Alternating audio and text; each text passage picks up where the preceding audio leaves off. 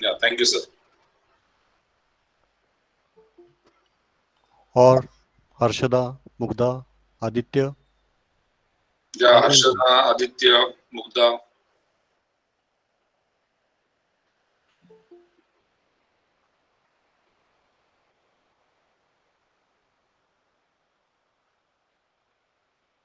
Are you awake, all of you?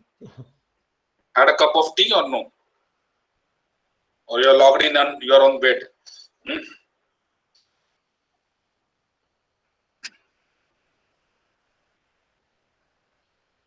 Manas,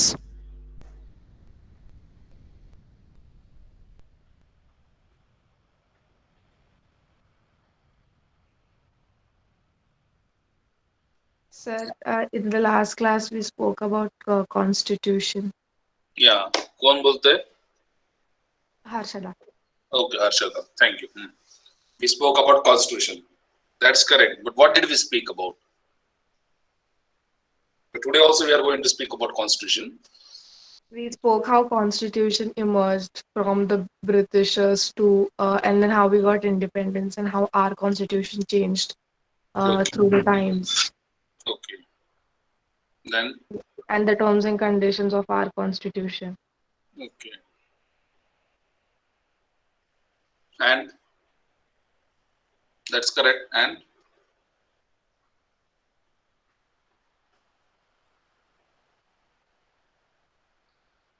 see, basically, I spoke about the philosophy of Indian Constitution. I didn't dwell into the history much. I just referred to one act, which was called as the Government of India Act 1935. Oh, sorry. Yeah. And I said that uh,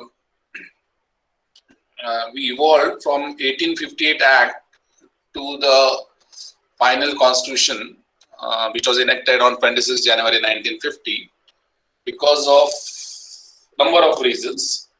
And as Harshada also said that it was also because of the British rule that we have had, or we are having the constitution as we have now. So one of the contribution obviously is the Britishers. They ruled over here, and they had the rule of by the constitution. Okay, they put in systems like judiciary, uh, then then the legislature in the form which we have, and that colonial legacy was instrumental in shaping of our constitution. That is correct. But I also pointed out that there was also a legacy of the freedom fighters, especially the freedom struggle and the philosophy of the freedom fighters, which brought in the constitution as we have now. So the most essential difference between the constitution which was given to us by the imperial government and the constitution which we have in free India is first is that of sovereignty. Okay, that is, this constitution has been given to us by our people, and the second thing is it has a focus of not only the political democracy but also social and economic democracy. And this I try to focus on by citing certain speeches of the founding fathers. Especially I cited the arguments made towards the political and economic democracy of the two important personalities of our freedom struggle. Uh, that is Dr. Ambedkar, who was the who is considered to be an architect of Indian Constitution because he was the chairman of drafting committee, and obviously Pandit Jawaharlal Nehru, who was the first Prime Minister of independent India. Mahatma Gandhi was no more when the Constitution was written, but his ideals did have some role when, or had an influence on our Constitution. Okay, especially after the decentralization aspect which came after in our Constitution, and the kind of secularism which we talk about, that also comes from the Gandhian kind of secularism ideas. Okay. Today, we will be focusing on an important part in our constitution, namely the directive principles. And this because my topic of discussion is not constitution per se. My topic of discussion is especially the discussion of constitution within the framework of democracy.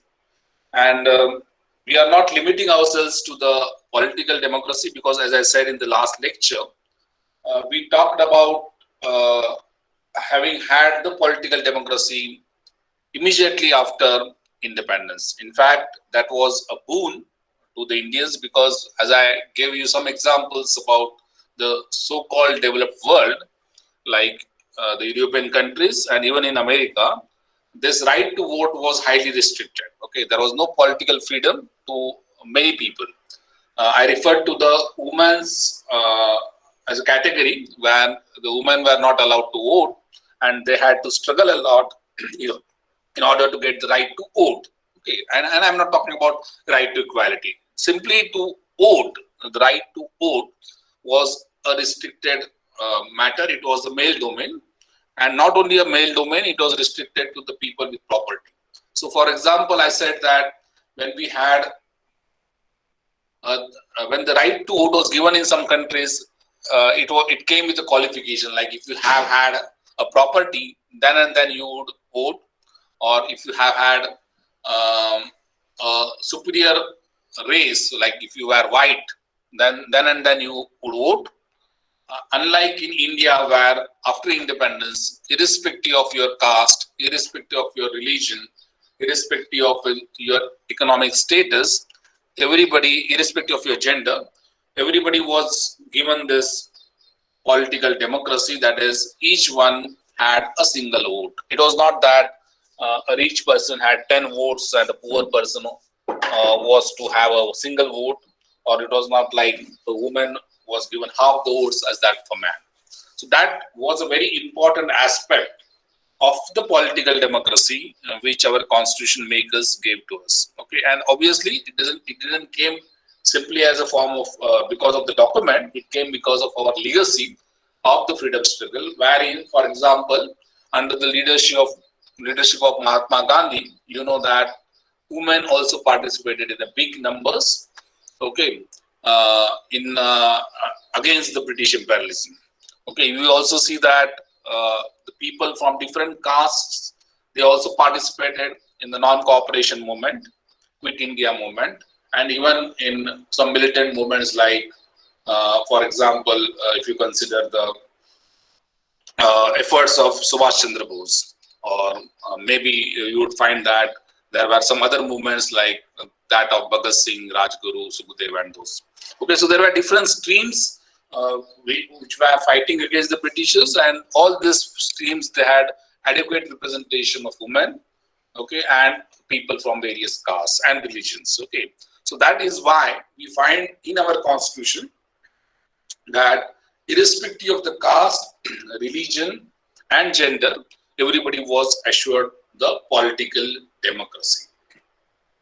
Now, as we had a discussion in the last lecture, the dream was not simply of a political democracy. The dream was of more comprehensive kind of democracy, and which included the social democracy and economic democracy.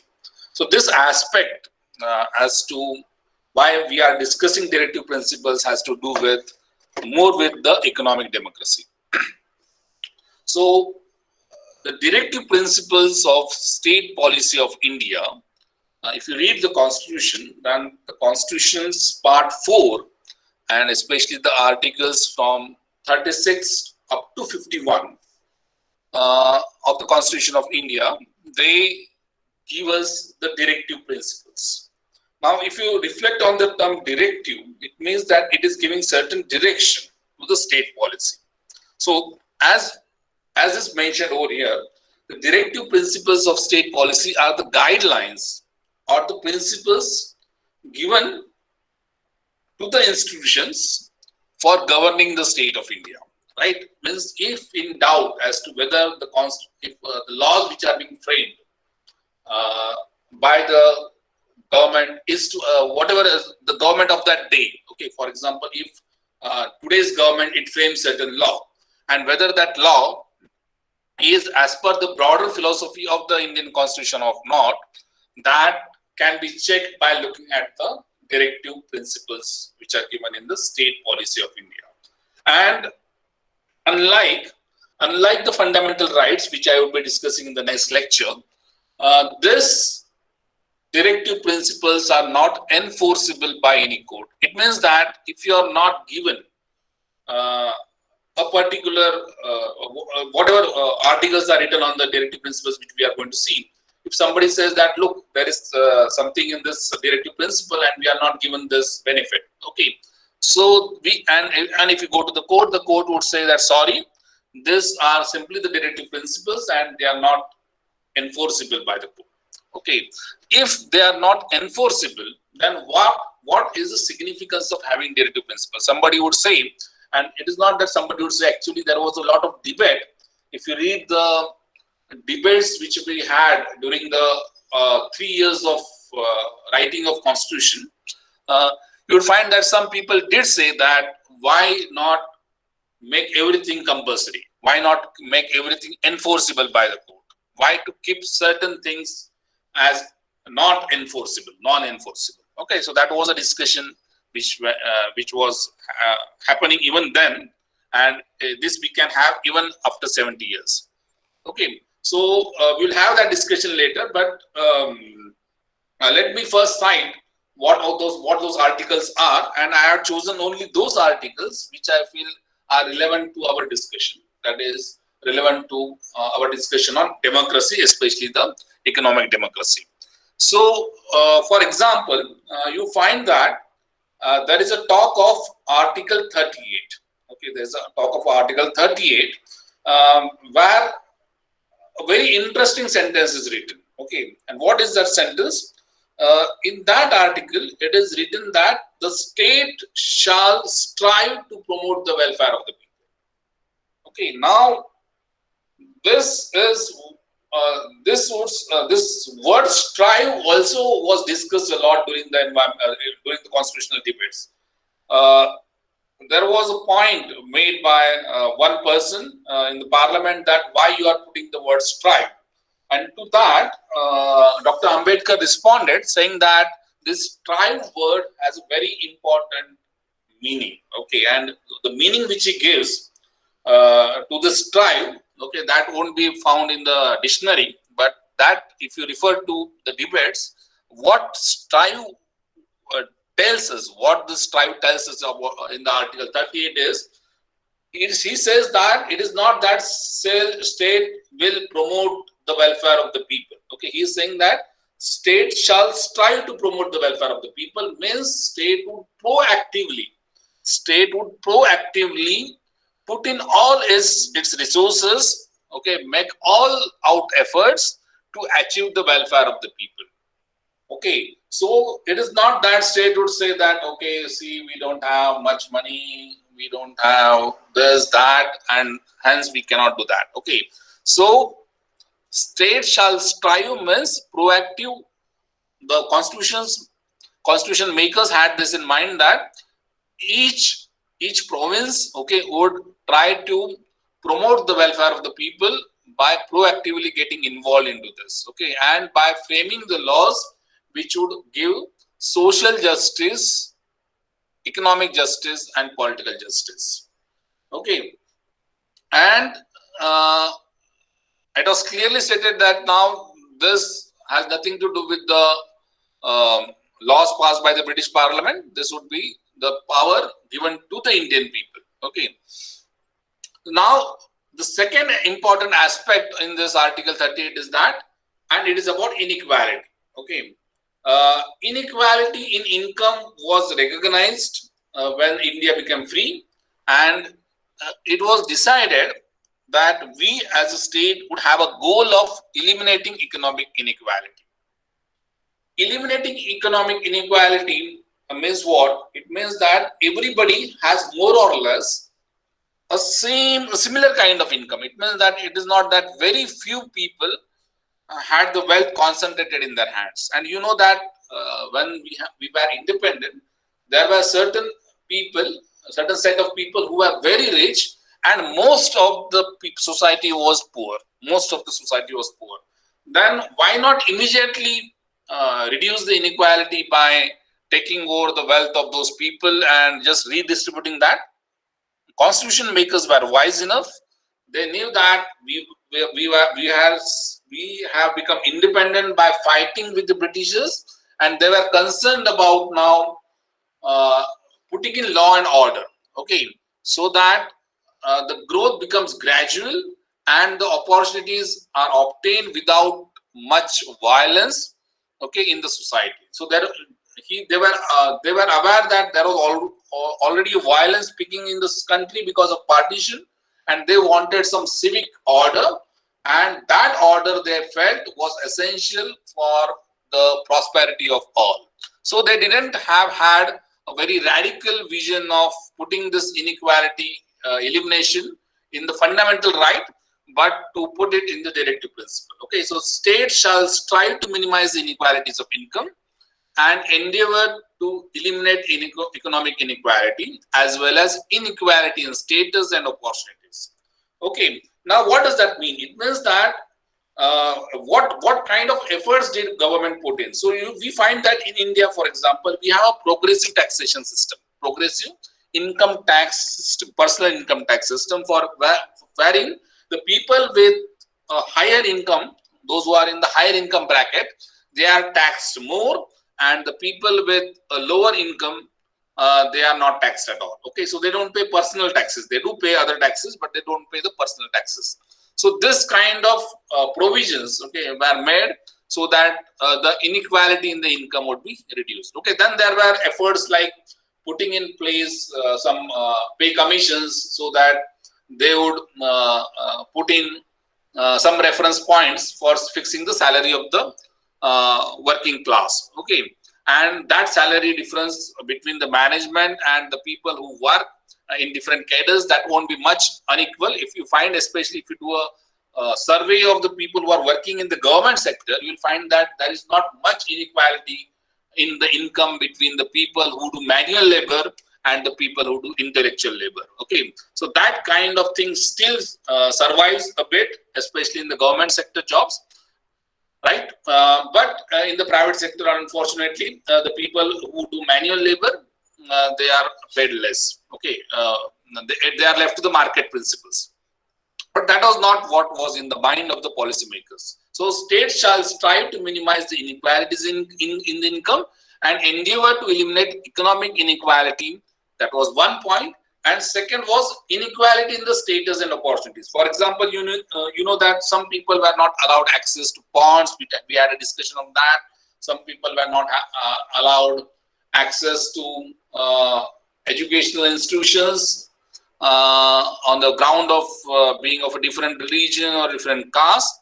Okay, so that was to go. And the status, inequality in the status, which was because of the hierarchy in the caste system, and also maybe because of inequality in the incomes and opportunities to grow, that also was not to be kept intact, that was to be eliminated. That was a long-term goal. So all this which we speak over here, like groups of people residing in different areas have an equal opportunity to engage in any occasion. So this, we know that these are very important kind of goals. For example, we would not tolerate that people who come from poorer states like Bihar and Uttar Pradesh, and if they are not allowed to work over here, where there is an industrial growth, that is not tolerated from the constitutional perspective.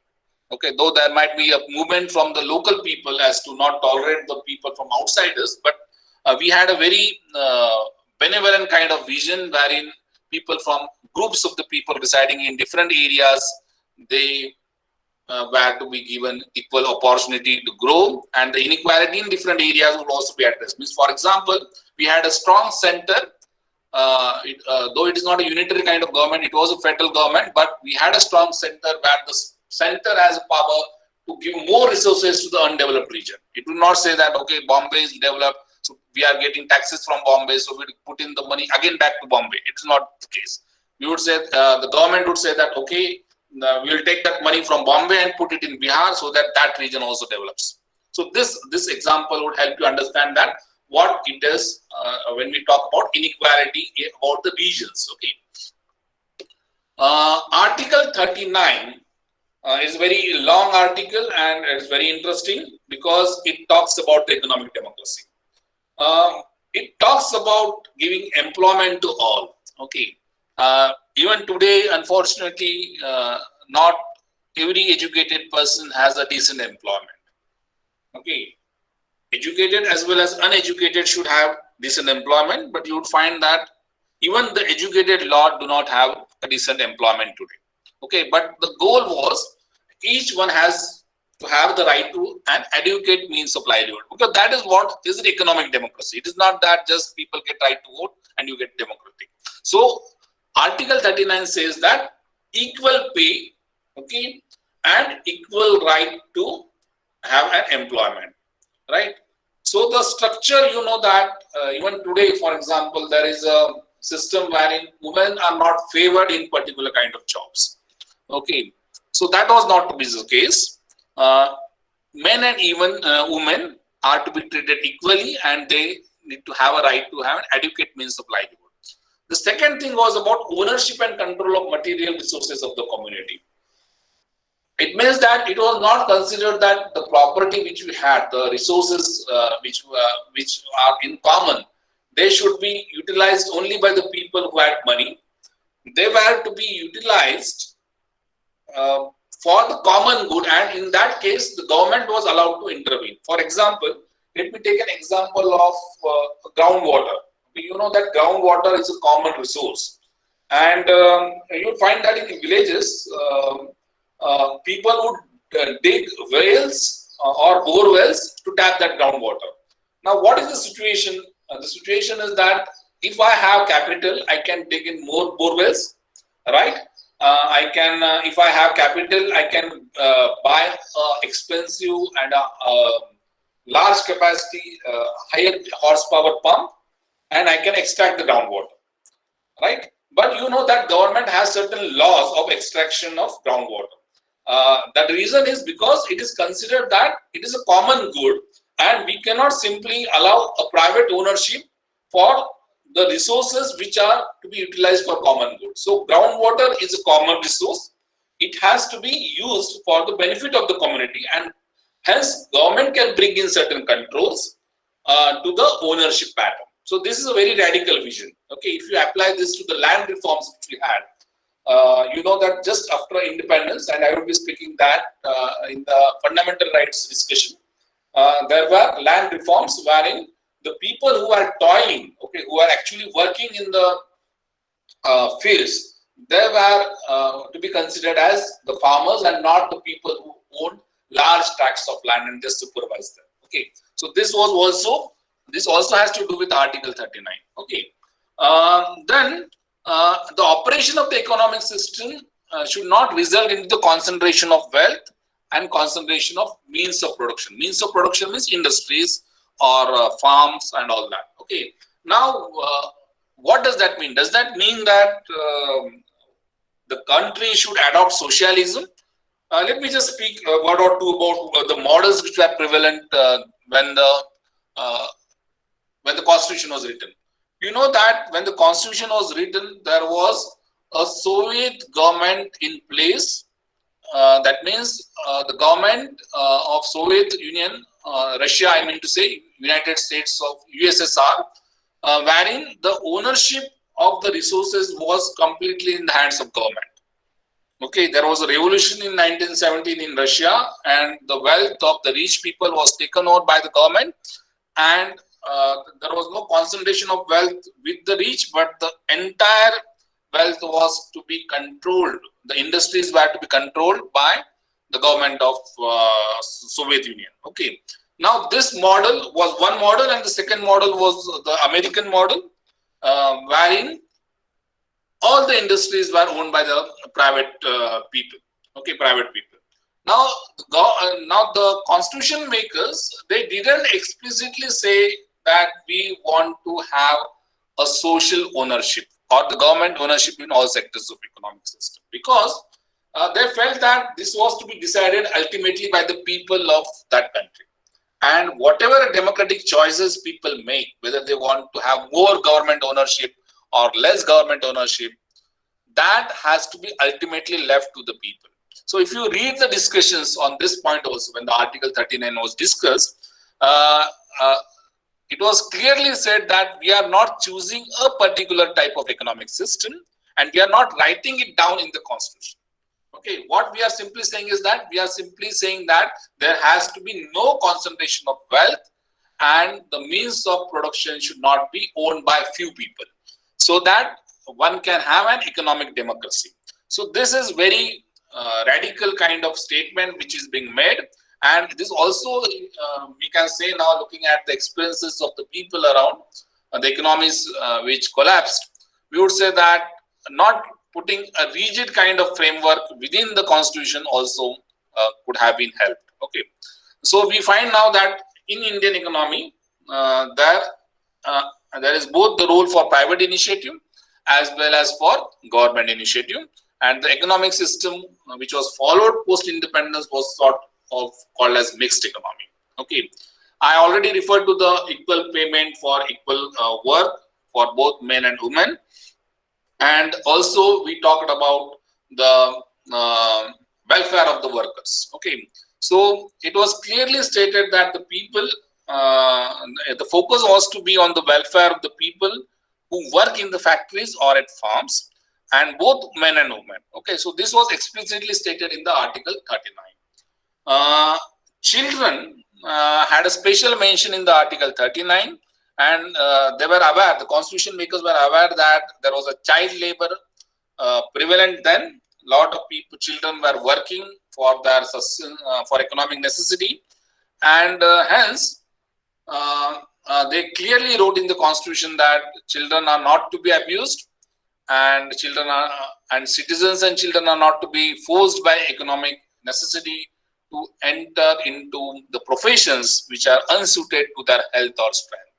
Means if you see an old weak fellow working and pulling cycle rickshaws, that kind of vision was not allowed. Or a person working in the potholes, that kind of vision was not allowed. Okay, so we wanted all people to find gainful employment, not any employment, and that gainful employment would mean a proper pay and a work suitable to the age and strength, and I would say even gender. Okay, so this kind of vision was framed in the Article 39 of our Constitution. Children were to be given opportunities and facilities to develop in a healthy manner, and they were to be protected from against exploitation and against moral and material abandonment. It means that, in short, they simply said that children should not be forced into child labor. The practical thing was children were not to be employed as a child labor. That was a central principle in Article 39. Article 41, it talks about the right to work, education, and public assistance in certain cases. So, as I said, we as of now have a right to education. We also have a right to work now. Okay, anybody knows what kind of right we have in terms of education, or do we have a right to work? Anybody of you? Are you aware of this? We have right to work in the form of Rozgar Hami Yojana. Okay, in rural areas. So in the rural areas, and this actually is a contribution of the state of Maharashtra to the policy of the government of India, right?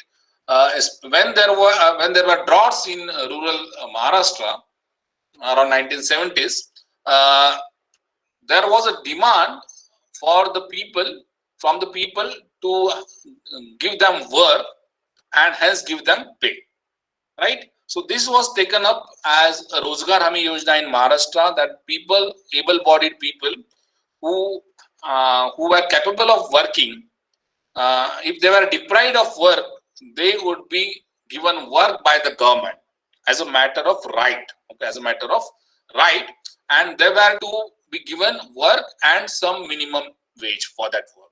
Okay, so ponds were dug, some work of watershed development was taken in rural areas, some roads were built with that Rozgar Hami Yojana. Even today, you'll find that there is some allocation in the budget, not much, but there is some allocation in the budget wherein the employment assistance scheme is in place.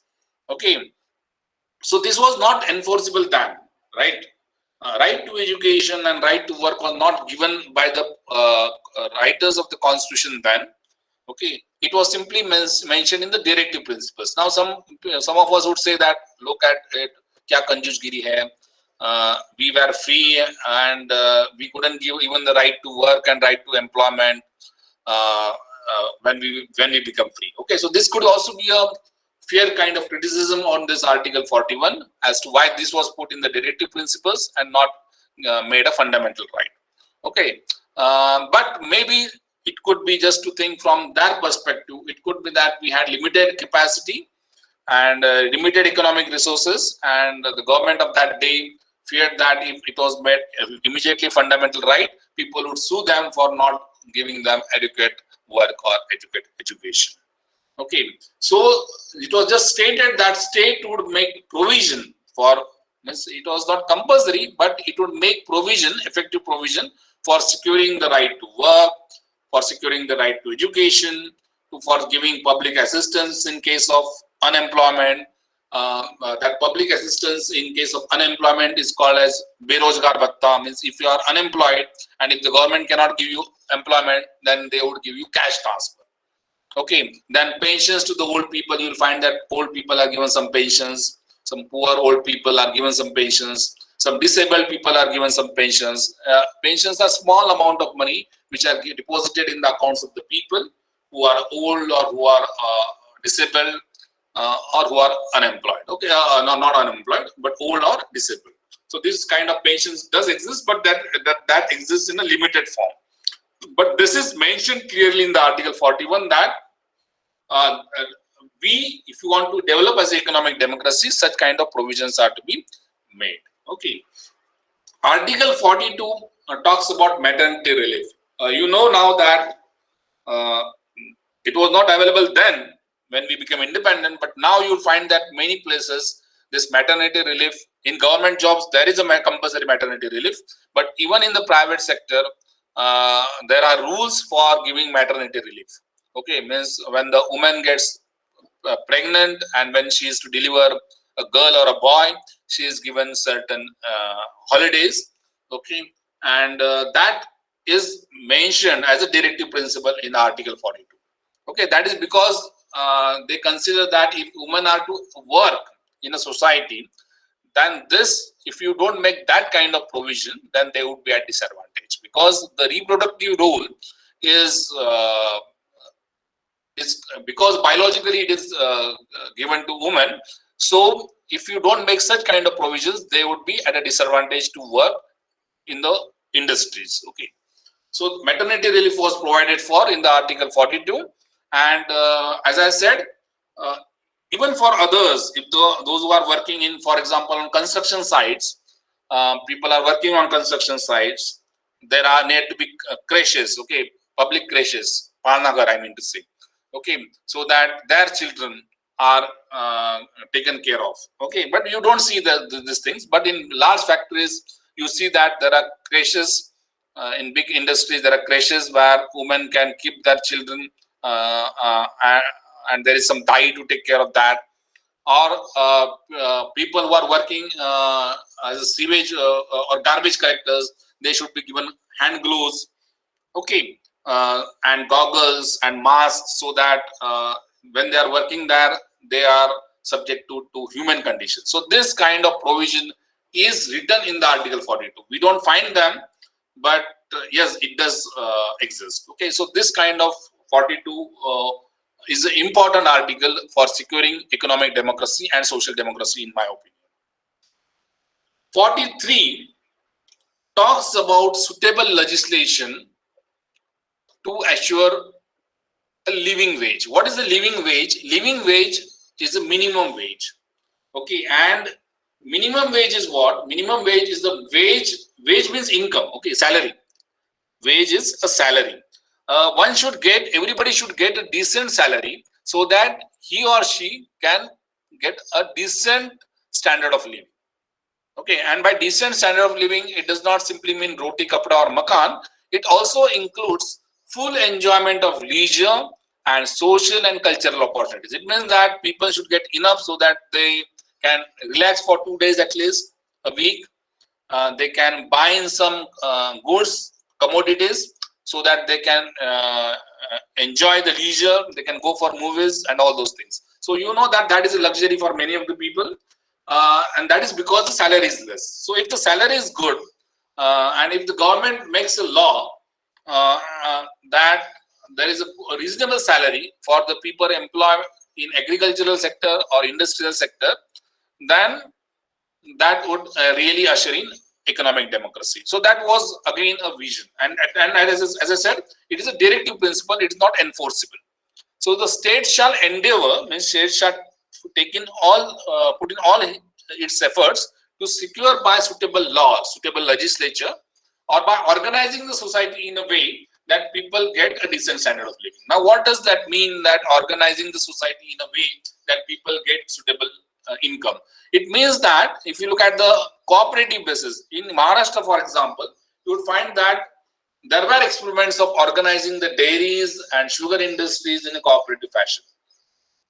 Banks were also organized on the cooperative basis. Even there was one electricity company in Nagar which was organized on a cooperative basis. Now, cooperative basis is actually, ideally speaking, a very interesting idea, wherein the people own that company as a group. Okay, and because they own the company as a group, the profit is shared amongst themselves, and hence the people working over there, they theoretically would get a decent package, as compared to a sector where the profit is taken away by the owner.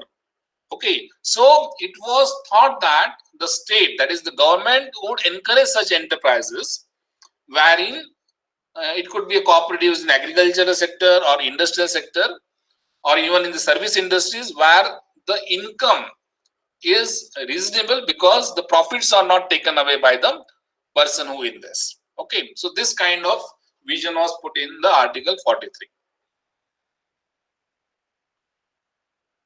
43A is a very interesting article, and I just mentioned about the participation of workers in the management of industry. Okay, what it talks about is, in the real sense, the economic democracy. Okay, one I said is a cooperative basis where the people, they come together and put in some money, and they together become the owner. So that is what happens when you have a share market where people purchase shares. And imagine a situation where all the people, all the people, they have smaller shares. It's not that one big fellow has the major share and others have a small shareholders. So not that situation, but in the cooperative basis, I said that each individual would have an equal share, right? That is cooperative.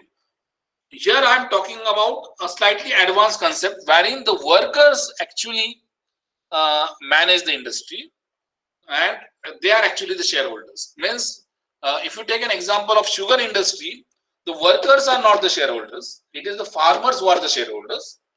If you talk about dairy industry, Amul Dairy, for example, it is a cooperative. Here the workers are not the people who work in that Amul industry. They are not the shareholders. It is the farmers who contribute to the milk. They are the shareholders. Or if you take a Sahyadri kind of industry, Sahyadri Agro, you will find that there are shareholders who are farmers, right? Now the people who work over there also, if they are also made the stakeholders, then that is called as the social democracy. It means that if I am employed in a factory as a worker, I work on the lathe machine, then I also have a say in what is to be produced, okay, how the profits which the company make are to be distributed, and how how the future investments by the company are to be made.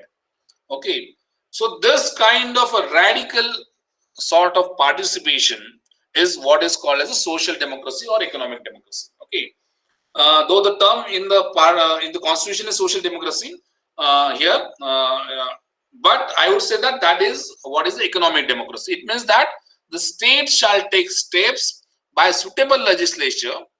It would make suitable laws in a way to secure the participation of the workers in the management of undertakings.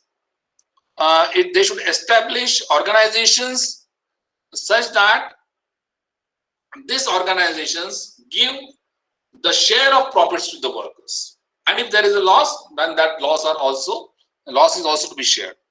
Okay, it means the surplus is not taken away by a few individuals. Now, what happened earlier, you know that in the real economy, what happened was since 1950s, we had two forms of ownership, especially in the industrial environment. One was called as a public sector undertaking, and other is called as a private ownership.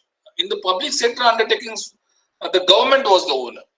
Okay, and the government took away the surplus. Surplus means the profits, and the workers were given a reasonable salary. That is true, but the profit was to be taken by the government, central government, in the large enterprises like Bharat Heavy Electrical Limited and other PSUs like HAL, for example, Hindustan Aeronautics Limited. So these were the public sector undertakings. The profit was shared with the workers, but profit was also taken away by the management, that is the government. The government was the manager. And in other setup, for example, if you consider the companies run by Tata or Birla or say Ambani's, okay, you'll find that the profits are taken by that investor. Like for example, if there is a profit of crores of rupees, so that profit would be by that individual stakeholder, that is Ambani, the promoter of that company, and maybe it would be shared also among some shareholders, but that those shareholders would only be small kind of shareholders. So in a way, we had two forms of democracy, where there is a sort of shareholders democracy, where the profit is to be obtained only if you have shares, means if you have property in a way, and other is the government sort of ownership, where the managers are the supremo and the central government is supremo. A real participation of the workers was not there in both the models. In both the models, you'll find that the participation, wholehearted participation, it is my property and I am to develop it, I am owning it. Since sense of ownership was not there in both the models. Okay, so is it possible to have such kind of models wherein the people would participate in the management of the industries? That is the vision frame in the directive principles. So this is also a very radical kind of thinking which has gone into the directive principles. And as I said, this is not enforceable by the court orders. So whatever we talked about today as a directive principles, they give us, if you think on this, the articles which I mentioned, they put forth a very radical sort of vision for the future governments. And whether these visions are realized or not, that is for us to discuss now. Means this was in the constitution as directive principles. As I said, they were not enforceable by the court orders, but still, because the constitution makers wanted this to happen, and they had put the words like strive and endeavor and all those things of the English language to make these things sort of compulsory and a sort of vision to frame the future laws, whether this has really worked. Okay, so this is a matter of discussion. So I would now want you to discuss this, okay, and raise questions on the presentation which I had. Thank you. I have purposefully kept some 10 to 15 minutes for discussion. Okay. Yeah. Do you have any questions on, or do you want any explanation on this?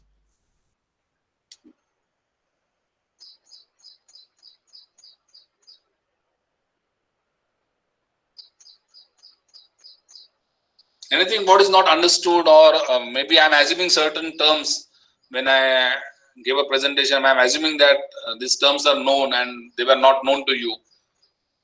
That might also happen. Sir, as these principles are not enforceable and the Right. court also has not allowed, it is not allowed to court to enforce all these things, Right. then how the states or the government is binding on these principles? How they are binded to these principles? Yeah. See, actually, what if you read the discussions which we had, this directive principles thing was borrowed from Irish Constitution. Okay. There was a debate, as I said, that they need to be made enforceable, and that had a political contest also, because as I said, and there were also some radical kind of provisions made in the USSR, United Soviet Russia. Okay, wherein the right to education was given to all, right to employment was given to all. So these two radical things were already put in place in the Soviet constitution which the Russian people had after the revolution. So it was argued, and there was a lobby also in our.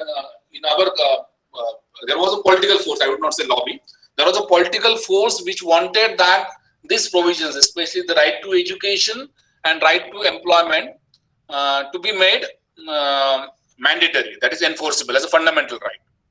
Okay. However, there was the composition of the Constitution Assembly was such that it was a heterodox group, okay, wherein there were representatives of the zamindars, there were representatives of the rich, there were representatives of the poor, there were representatives of the higher caste, there were representatives of the poor class.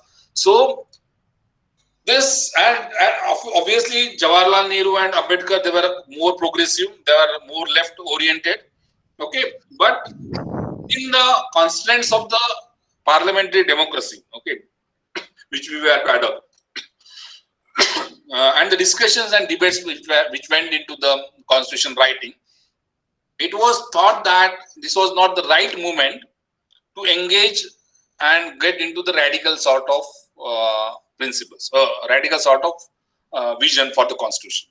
So directive principles were put in so that democratically, whenever there is an awareness amongst the people, means when the citizens of this country, they start demanding that we should have this right to education, or we should have the right to employment, because it is the role of the government to give us education.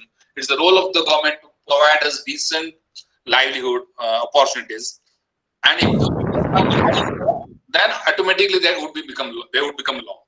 Okay, so these directive principles were framed in a manner that the interests of the people who were opposing it, okay, they were also taken care of, but it was not a complete surrender, I would say. Okay. They were put in intelligently, and you see now that, for example, right to education has been given as a right, though it is too late, but yes, it has been given as a right. Rozgar Hami Yojana, which I mentioned, so that also follows from the constitution. So broadly, we had said that we were an economic democracy, but we were not a socialist democracy then. Okay, then means in 1947 or 1950s. Okay, thank you sir. मी एक थोडं मराठीमध्ये विचारतोय मुद्दा की जसं constitution ही भारताच्या लोकांनी स्वतःप्रती अर्पित केलेली आहे, राईट, म्हणजे एका अर्थाने ही कॉन्स्टिट्यूशन ही लोकांनी वापरायची गोष्ट आहे. आणि ही जी काही डायरेक्टिव्ह प्रिन्सिपल्स आहेत, आता जसं शीतल सरांनी पण विचारलं की ही डायरेक्टिव्ह प्रिन्सिपल जर नॉट एन्फोर्सेबल आहेत, म्हणजे ती लागू करणं हा काही कायदा नाहीये, तर मग सरकारवर बंधन काय राहतं? लोकांची चळवळ, दुसरं काहीच नाही. हो ना, म्हणजे मला असं वाटतं आहे ह्याच्यामध्ये की ही जी डायरेक्टिव्ह प्रिन्सिपल्स आहेत, या डायरेक्टिव्ह प्रिन्सिपल्सच्या आधारे लोकांनी स्वतःचं सरकार निवडणं, राईट, ही पद्धती असू शकते. म्हणजे ह्या डायरेक्टिव्ह प्रिन्सिपल्स प्रमाणे जे सरकार काम करेल किंवा ज्या लोकांचा समूह सरकारमध्ये जाण्यासाठी इच्छुक असेल त्यांना मतं देणं आणि त्यांना निवडून आणणं. Yes, very good. आणि त्याच्यासाठी ह्या डायरेक्टिव्ह प्रिन्सिपल्सची लोकांना जास्तीत जास्त माहिती देणं गरजेचं आहे असं वाटतं का? Yes yes, exactly. म्हणजे तुम्ही फारच अगदी व्यवस्थितपणे ते सांगितलेलं आहे की डायरेक्टिव्ह प्रिन्सिपल्स वरती राजकारण करणे तरुणांनी, म्हणजे जे आता हे ऐकतायत लेक्चर, मला असं वाटतं की त्यांना जर ओळख झालेली आहे आणि त्यांना हे माहिती आहे की हे आपल्या कॉन्स्टिट्यूशन मध्ये आहे आणि हे फक्त कॉन्स्टिट्यूशन मध्ये ठेवलेलं नाहीये, तर हे घटनाकारांना हे अभिप्रेत आहे की हे करणं भाग आहे आपल्या रुलिंग क्लासला. आणि आता असं काही नाही की आपला स्वातंत्र्य मिळून 1 वर्ष झालाय की 2 वर्ष झालेलं आहे. तर इतके वर्ष झाल्यानंतर सुद्धा आपल्याला मिळत नसेल राईट टू वर्क किंवा राईट टू एज्युकेशन आणि participation of workers in the management of industries, तर हे आपण मिळू शकतो लोकांमध्ये अवेअरनेस मिळून. आणि लोकांना, आणि कोणाच्या, सर्वांच्याच फायद्याचं ना, हे कोणाच्या फायद्याचं नाही असं नाही, सर्वांच्याच, म्हणजे सर्वसामान्य लोकांच्या फायद्याचीच गोष्ट आहे. त्यामुळे हे याविषयी जर राजकारण झालं, याच्याविषयी जर तरुणांनी आवाज उठवला, तर मला असं वाटतं की that would be as per the vision of our constitution makers. हा, म्हणजे बेसिकली इलेक्शन मध्ये आपण जे म्हणतो का बा प्रत्येकाचे काही अजेंडा असतात. बीजेपीचा अजेंडा असतो, काँग्रेसचा असतो, बसपाचा असतो, आपचा असतो, आम आदमी पार्टीचा असतो. ह्या अजेंड्यामध्ये नक्की बघायचं काय, तर ह्या डायरेक्टिव्ह प्रिन्सिपल नुसार हे सगळं होतंय का? बरोबर. म्हणजे नुसतंच दान देतायत किंवा हे मोफत करतायत ते मोफत करतायत म्हणून त्यांना मतं द्या, याच्यापेक्षा ते मोफत देताना ते कुठून घेतायत आणि कुठून देतायत, आणि याच्यामुळे खऱ्या अर्थाने ही जी काही इक्वॅलिटी आहे, लिबर्टी आहे, किंवा हे जे काही सगळं इकॉनॉमिक डेमोक्रेसी आहे, ही खऱ्या अर्थाने साध्य होतीये का, हे बघणं हे मतदारांचं काम आहे. म्हणजे डायरेक्टिव्ह प्रिन्सिपल्स ही माझ्या मताने हे मतदारांसाठी तयार केलेली आहेत का बा तुम्ही तुमचं सरकार ह्या प्रिन्सिपल्स नुसार चालवा. म्हणजे सरकार जे काही कायदे करेल ते कायदे ह्या डायरेक्टिव्ह प्रिन्सिपल्स नुसार आहेत का नाहीत, ह्या निकषांवर ते कायदे बसतायत का नाहीत, हे मतदारांनी बघायचं आहे आणि त्यानुसार त्यांनी सरकारला जाब विचारायचा आहे. Right. Yes yes, I agree with this. आणि हे कदाचित असंही असू शकतं ना की जरी हे एन्फोर्सेबल नसतील पण अमेंडेबल तर आहेत. हो, मी आता जे पुढे बोलणार आहेत, तर अमेंडमेंट जरी आपण बघितले तर ते डायरेक्टिव्ह प्रिन्सिपल्सला धरूनच केलेले आहेत. म्हणजे काही ठराविक अमेंडमेंट्स विशेषतः, म्हणजे उदाहरणार्थ जो फर्स्ट अमेंडमेंट झाला, फर्स्ट अमेंडमेंट जो नेहरूंनी आणला, तर तो अमेंडमेंट कशासाठी झाला, तर एक अशी मागणी होती की जी लँड डिस्ट्रीब्युशन होती ती अत्यंत अनइक्वल आहे आणि जमीनदारी पद्धत आपल्याकडे होती. तर ही जमीनदारी पद्धत नेस्तानुभूत करणे आणि जे कस्तायत जमीन, जे स्वतः शेतकरी आहेत जे कस्तायत जमीन, त्यांना हक्काची जमीन मिळवून देणे, यासाठी जमीनदारी अबोलिशन कायदा गव्हर्नमेंटने आणला. वेगवेगळ्या स्टेट्सने आणला, प्रोव्हिन्सेस होते तेव्हा, बॉम्बे प्रॉव्हिन्स होती, मद्रास प्रॉव्हिन्स होते वगैरे वगैरे. तर याच्या अगेन्स्ट लोक जायला लागले, म्हणजे या कायद्याच्या अगेन्स्ट लोक कोर्टामध्ये गेले आणि ते सांगितलं की that is against our right, fundamental right. तर पंडित जवाहरलाल नेहरूंनी काय केलं, तर फर्स्ट अमेंडमेंट केली आणि त्यांनी हे सांगितलं की डिरेक्टिव्ह प्रिन्सिपल्स नुसार आम्ही ही फर्स्ट अमेंडमेंट करतो आहे. And he made sure that there was a legislation for land reforms. म्हणजे वेळोवेळी राज्यकर्त्यांनी डिरेक्टिव्ह प्रिन्सिपलचा वापर करून अमेंडमेंट्स केलेली आहेत आणि वी आर नाव टेंडिंग, म्हणजे आयडियल आपलं इकॉनॉमिक डेमोक्रेसी आणि सोशल डेमोक्रेसी आहे, त्या आयडियल कडे आपण जात आहोत. त्याप्रमाणे आपण कॉन्स्टिट्यूशन मध्ये बदल करणे, लॉज करणे आणि लोकांना जास्तीत जास्त सक्षम करणे. That was the vision. As you said, yes, amendments were made as per the directive principles. Is the strength of the directive principles. आणि कोर्ट्सने सुद्धा याचं इंटरप्रिटेशन असंच केलंय की डायरेक्टिव्ह प्रिन्सिपल्स मध्ये आहेत आणि त्यामुळे हे अलाउड आहे असं. सर मला एक अजून एक हे म्हणजे अशी उत्सुकता होती की या डिरेक्टिव्ह प्रिन्सिपल्स मध्ये राईट टू हेल्थ म्हणजे हेल्थ संदर्भात असं काही दिलेलं आहे जसं राईट टू हे दिलेलं आहे पे दिलेलं आहे इक्वालिटी आहे आता हेल्थचं आहे ना. डायरेक्टली आहे ना काहीच त्याच्यामध्ये. दिलेलं नाहीये. अच्छा. त्यामुळे असा अटॅक होऊ शकतो आपल्यामध्ये की का बरं बाबा तुम्ही राईट टू एज्युकेशन दिलं नाही, राईट टू हेल्थ दिलं नाही. म्हणजे हे तुम्ही थोडं एन्फोर्सेबल द्यायला पाहिजे. आम्ही स्वातंत्र्यासाठी एवढा लढा दिला सर्वसामान्य माणसांनी आणि तुम्हाला हे किमान गोष्टी तरी आम्हाला द्यायला पाहिजे होत्या. असं पण त्याच्यामध्ये क्रिटिसिझम आहे, रॅडिकल क्रिटिसिझम नाही असं नाही. पण ठीक आहे, वी कॅन यूज दिस. जी पब्लिक हेल्थ मुवमेंट आहे जी महाराष्ट्रामध्ये आहे, आरोग्य हक्क परिषद, ओके, तर ती याचाच वापर करते ना की लोकांना तो हक्क मिळाला पाहिजे. राईट टू हेल्थ, खाजगीकरण नको, मोठ्या प्रमाणावरती खाजगीकरण नको आरोग्य विभागाचं, जे आपल्याला आज दिसतंय. अनफॉर्च्युनेटली शिक्षणाचं मोठ्या प्रमाणावरती खाजगीकरण झालेलं आहे आणि most of the people are deprived of education, deprived of decent health care. So which can be fought against by making use of these provisions, both in elections as well as we can also raise consciousness amongst the people. म्हणजे तरुणांमध्ये जागर करून आणि त्यांना non व्हायलेंटली गव्हर्नमेंटला जाब विचारून की हे आपण हा हक्क आहे आमचा आणि तो आम्हाला मिळाला पाहिजे. बरोबर. हे सगळं मुलं ऐकतायत का? मुलांची काय प्रतिक्रिया आहे याच्यावरती? हा, मी तेच म्हणजे आपण बोलतोय म्हणून मला आपल्या तिघांच्या गप्पा नको व्हायला त्या. ऍक्च्युअली अरे मुलांनो, तुमचं काय बोलणं आहे सगळ्यांचं? 15 मिनिटं त्याच्यासाठीच मी घेतले होते की मुलांनी बोलावं असं मला थोडस याच्यामध्ये. हो ना. Sir, I have a doubt. Sir, like there were India's constitution and democratic and rules and everything was so perfect, like even better than the other countries. Yet, why is India a still developing country and not as developed as other countries? That's a good question. But I would say that, as Dr. Ambedkar said later, the fault has not to be with the constitution. The fault has to be with the people. Okay, म्हणजे हे आपला दोष आहे. आपण राजकारण हे कॉन्स्टिट्यूशनला धरून करत नाही आहोत. We are not, we as young people do not agitate. We do not make our policy makers, the ruling class, accountable to the constitution.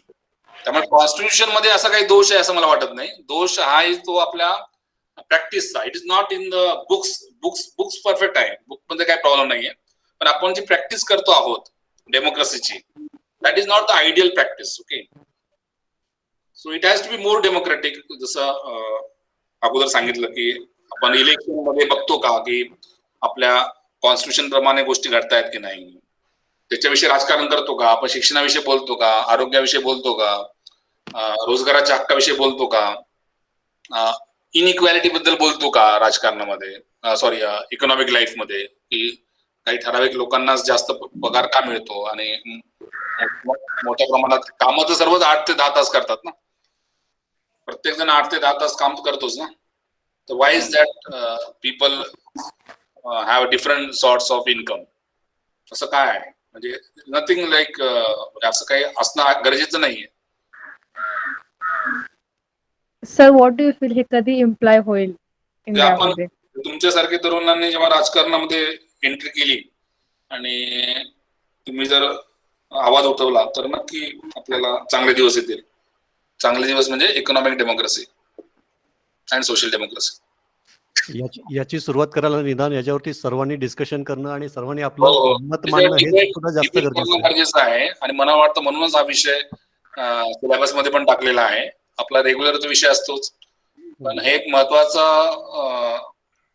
Constitution बद्दल आपल्याला फारसं माहितीच नसते किंवा आपण त्याच्याविषयी फार चर्चा केलेली नसते असं मला वाटतं. तर त्याच्याविषयी चर्चा होणे लोकांमध्ये, तरुणांमध्ये, आणि आपले हक्क काय आहेत, आपले कर्तव्य काय आहेत, हे सर्व जर तरुणांनी चर्चा करायला सुरुवात केली तर राज्यकर्त्यांना पण मुश्किल होऊन जाईल की अरे बाबा तरुण खरंच जागरूक झाले बाबा.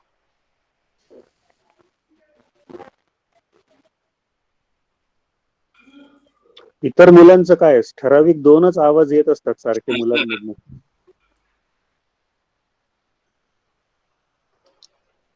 आणि त्याच्यातही मुलींचेच आवाज जास्त आहेत. हा. मुली काय करतायत का मुलं आपले झोपले असते. मोबाईल चालू करून बाकीचं काही चालू असतं का झोपलेले असतात? ऑनलाईनचा तोच एक डिसएडव्हान्टेज आहे की वी कॅनॉट एन्फोर्स. ओके, ते काय करतायत ते आपण काय करू शकत नाही. ते बापडे जर त्यांना खरोखरच इंटरेस्ट असेल काही शिकण्यामध्ये किंवा काही समजून घेण्यामध्ये तर आपण फक्त मोटिवेट करू शकतो त्यांना, दुसरं काही नाही. मला असं वाटतं की that is what we are doing, right. त्यामुळे बाकीचे 80% मुलं झोपले जरी असतील तरी ठीक आहे. मी रेकॉर्डेड लेक्चर पाठवणारच आहे, त्यामुळे त्यांनी जागे झाल्यानंतर ऐकावं असं. बर. Thank you sir. Thank you. Yes. Mahesh sir, पुढचा सोमवार तुमचाच आहे ना? हा, मी घेतो, आहे तयारी माझी. हा, म्हणजे मग तुमचा टॉपिक माझं संपेल पण. हो चालेल. Okay, thank you. Okay, thank you sir. Thank you very much. Yes, thank you. Thank you sir.